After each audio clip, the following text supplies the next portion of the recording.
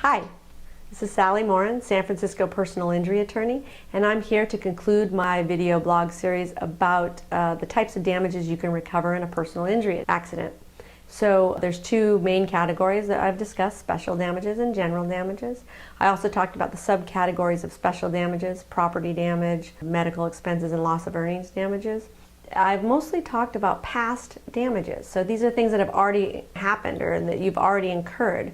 Today I'm going to focus on and explain future damages. Now these are damages that haven't occurred yet but are expected to occur in the future.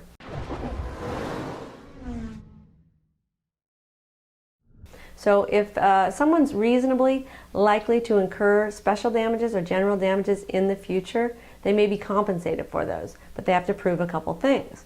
They have to prove that the damages are reasonably likely to occur. So you're reasonably likely to need medical care in the future, or incur loss of earnings, or suffer pain and suffering in the future.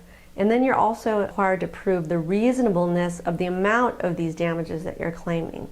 Okay, this may sound simple. Oh, reasonable likelihood.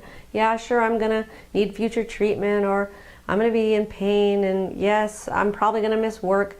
You can't just say that and expect to be compensated, because the judge or jury needs evidence of this future loss in order to compensate you. So it's most likely you're going to have to hire medical, economic, and psychological experts to provide their testimony about the reasonableness and the likelihood of you incurring these future damages. So if you have future damages, most likely you're going to need an attorney, because it's a difficult area to prove, and I would urge you to consult a personal injury attorney about this if you have any questions. So thank you for listening to my series about damages in personal injury cases, and I hope you stay tuned for future posts on other subjects. Thanks for listening.